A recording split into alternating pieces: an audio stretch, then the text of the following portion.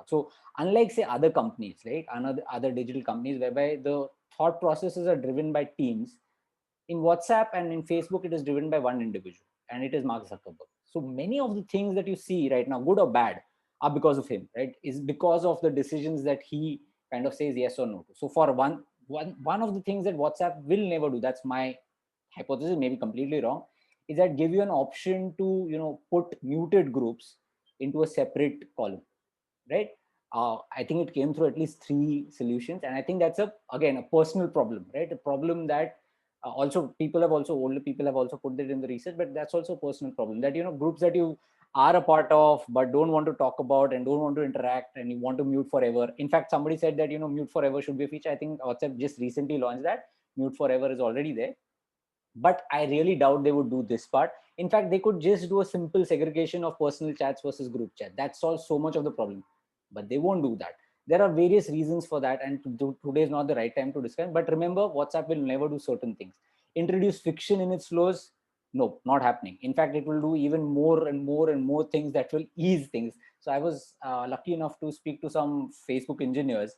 I remember in Airtel, and their view of the world is very different from our view of how we look at things. We look at things as products. They look at it as they are doing God's work, almost like God's work. We are trying to connect people.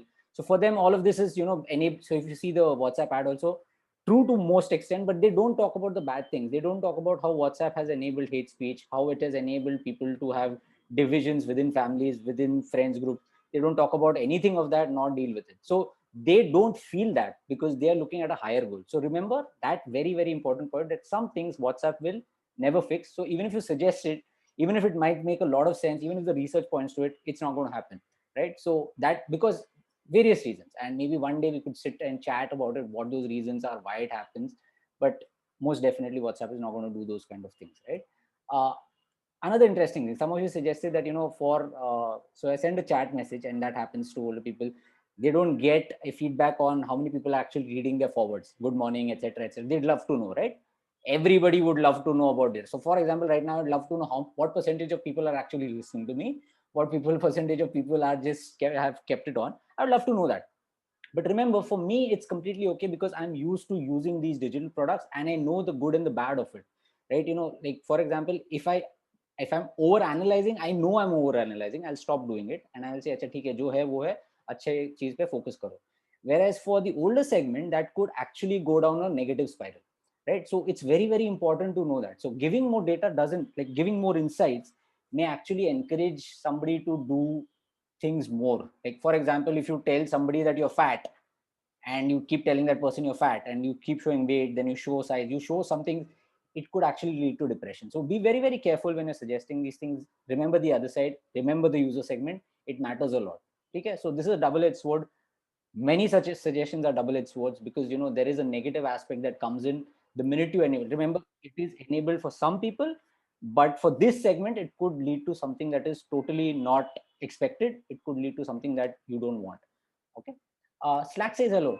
Very interesting. I don't know how many of you use Slack or have been exposed to Slack. If you've not, do give it a shot. If you want, you can join temporary with us. You want to have a look at how I think Slack does some beautiful things in terms of being able to manage communications asynchronously. That is the important part. This IM thing, instant messaging, is one thing, but it is asynchronous communication. What that means is that we don't need to be in the same window at the same time. It's just that my message should go and reach you in a way that is better than SMS, whereby I get some understanding that it has reached you. I can add rich quality content. That is at the base of it. That is what WhatsApp is, right? Enabling messaging and communication, not continuous hanging together at the same time, sitting in front of. Aisa nahi hai. That is not the whole point. Slack does it brilliantly. Slack has done a lot of things. In fact, just a very simple example is when you send a message and and I receive the message, I can respond to it with a thumbs up, a dancing panda, whatever XYZ, and those are collected, as opposed to me saying, oh wow, nice, clap, clap, clap. What that does in a WhatsApp window, if you've seen those kind of conversation, we see it on the congratulations that people get. I so wish that the congratulation message could be collected together. It can be done. These are the things that WhatsApp can do, but I don't know why they don't do it. But do take a look, as product people and design people, all the great things that, in fact, during the pandemic, they've done even better things. And do keep a track on their tech blog, what they do. If you want, I can share that with you. some nice snippets that have come through on, so for example, a lot of people say, hey guys, and when you type hey guys, you're actually excluding 50% of the audience, or at least 45-50% of the audience. Why don't it suggest, you must have seen that, it suggests, why not type hey folks, hey everybody. Those are amazing nudges. I think WhatsApp can do that. And that whole piece on end-to-end encryption, I think that's a facade to not do these things. That we want to keep the conversation open. They can do that, and they should do that. That's what I feel.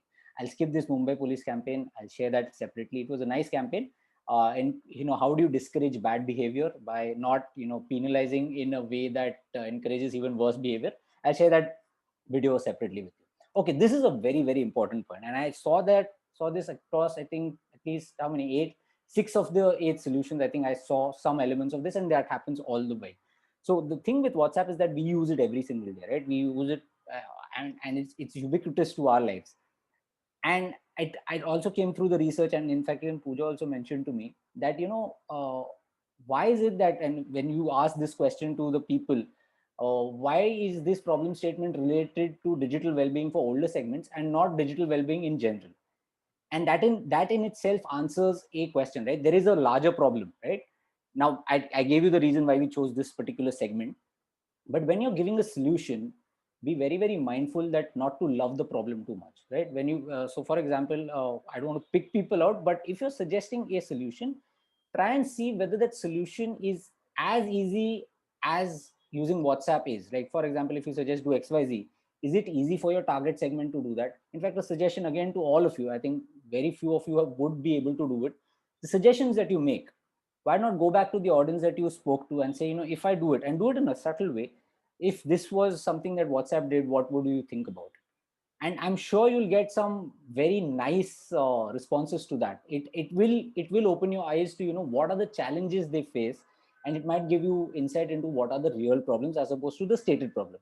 And this is the difference between research and just asking questions, right? Research actually goes deeper. Where is this layering point?